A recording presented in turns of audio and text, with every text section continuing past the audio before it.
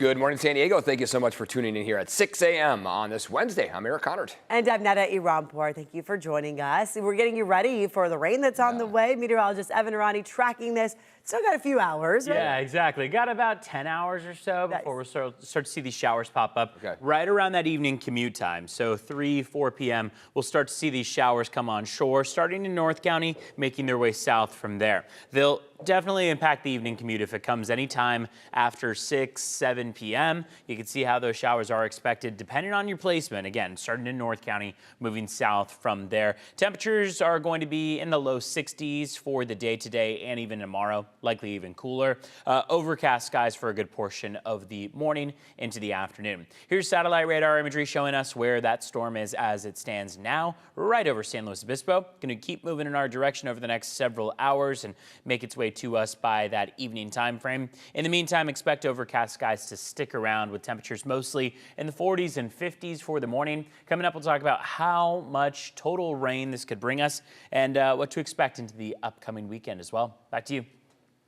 This morning, President Donald Trump is sharing his vision for his second term. He addressed a joint session of Congress last night, touching on issues like immigration, national security, and the economy. CBS News correspondent Natalie Brand on Capitol Hill with the highlights.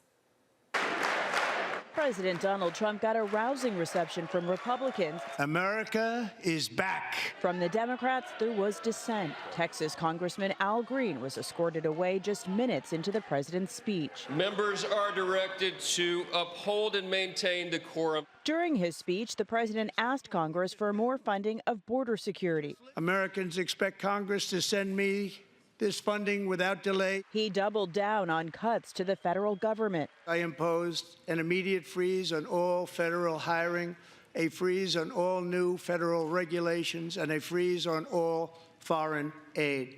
Following Friday's clash, President Trump played up a new letter from Ukrainian President Volodymyr Zelensky. The letter reads, Ukraine is ready to come to the negotiating table as soon as possible to bring lasting peace closer. The president also announced that one of the suspected planners behind the 2021 bombing attack that killed 13 U.S. service members outside Kabul airport in Afghanistan has been arrested. The economy was the main topic of the night. President Trump defended putting new tariffs on imports from Canada, Mexico, and China, and he pledged to put reciprocal tariffs on other countries next month. Tariffs are about making America rich again and making America great again. There'll be a little disturbance, but we're okay with that. Michigan Senator Alyssa Slotkin delivered the Democratic response. America wants change, but there's a responsible way to make change and a reckless way.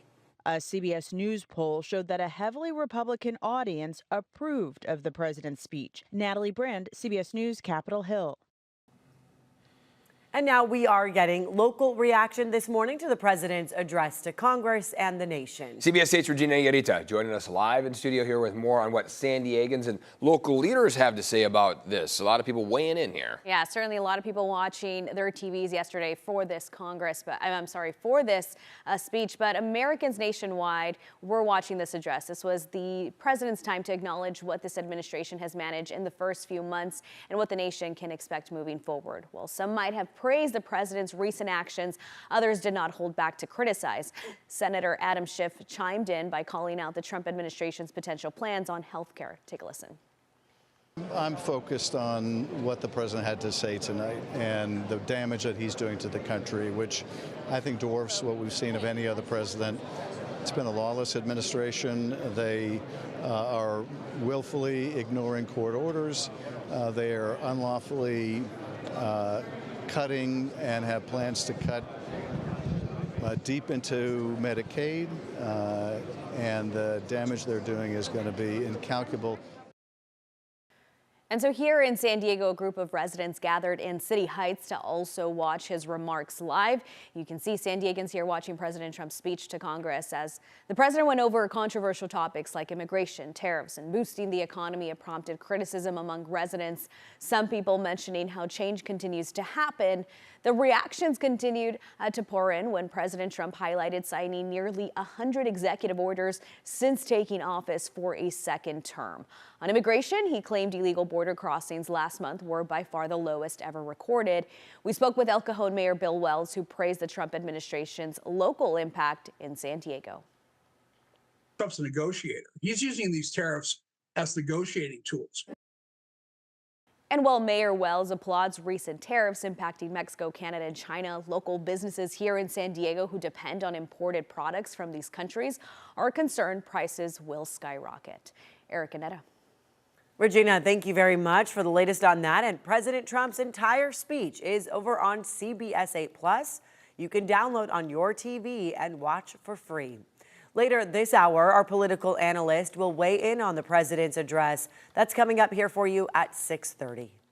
Hundreds of Lemon Grove residents are voicing their opposition and support over a plan to build 70 sleeping cabins for the homeless. This is a county-approved project. CBS 8's Chris Groh live in Lemon Grove. With the reaction it's getting a lot. Chris, good morning. Yeah, good morning. And we saw a lot of residents come here to City Hall to voice their disapproval or even their support. The only problem is City Council can't do anything about this because it's a county-approved project. And we did hear from both sides on this. Take a listen. I'm 100% in favor of this. Shame on you for lowering our property values in Lemon Grove and not asking us for permission of this. Don't need your memoir.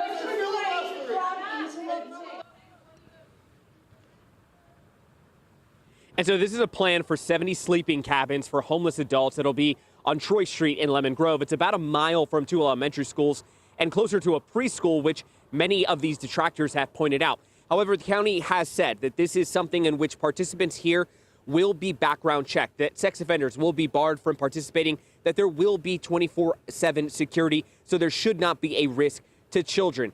Only unsheltered adults, though, will be allowed to participate in this project, not families with children, something else the detractors have pointed out may be an issue. Now, as for how this is going to be paid for, state funds will be used to pay for the $1.1 million design and construction phase, then $3 million in annual operating expenses.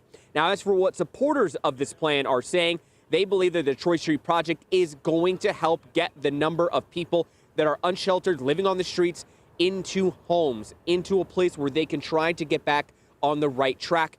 Though there are still people who say that this is not the right type of project for Lemon Grove. Here's more of what we heard in the meeting. Going to be drug sales, and that there's going to be, our kids are going to be exposed to that. All of these communities that had these types of projects had seen a reduced number of encampments, of incidents in the nearby areas and communities, and they were able to successfully navigate a lot of people into permanent housing.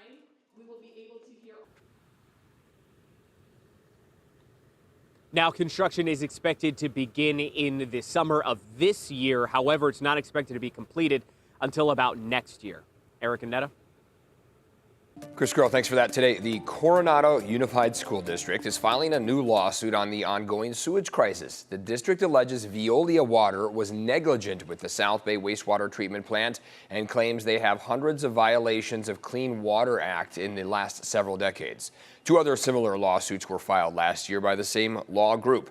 In a statement to CBS 8, Veolia Water wrote, quote, "The plaintiffs in this case would be better served if their lawyers pursued the source of the problem instead of the company trying to solve it," saying the claims in the lawsuit are misplaced and blaming Mexico for the sewage crisis.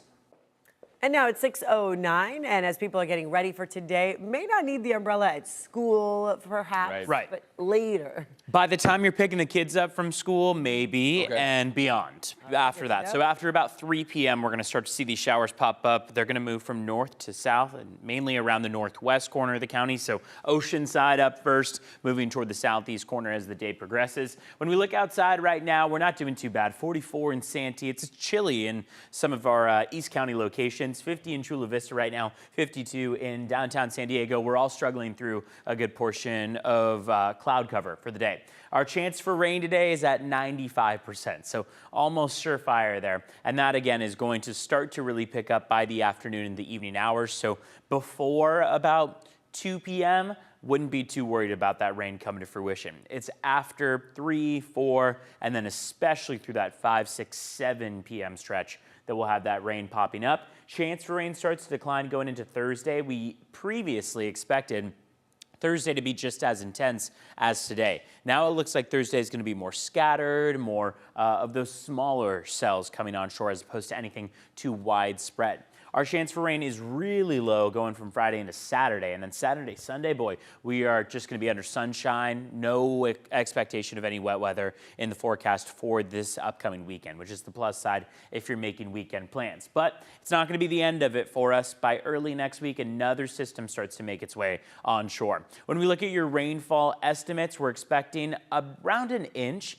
The thing is, when we checked in on this yesterday, we were at about 2/3 of an inch, maybe 3/4 of an inch. A lot of spots, especially along the coast and inland, were staying below that 1-inch marker. I'd still say there are several spots that could come in below a full inch. However, the newest models now tell us that we'll be right around that 1 inch, maybe 1.2, 1.3 inch range. Alpine could be at 1.5 inches, Julian 1.5 inches. But again, as you start to move toward the mountains, you run the risk of kind of seeing that rain-snow mixture, and that's more likely going to take place above about 4,500 feet as we get into our Thursday, Friday time frame. So today and tomorrow are the days of wet weather. We're back to dry skies from about Friday afternoon, at least along the coast and inland, all the way through Sunday with those temperatures warming up nicely, and then another opportunity for some wet weather by the beginning of next week. Let's take a look at traffic this morning. We've run into a couple crashes this morning. One was off to the east of Encanto on the 125 northbound, where we had a rollover crash earlier this morning. We were told that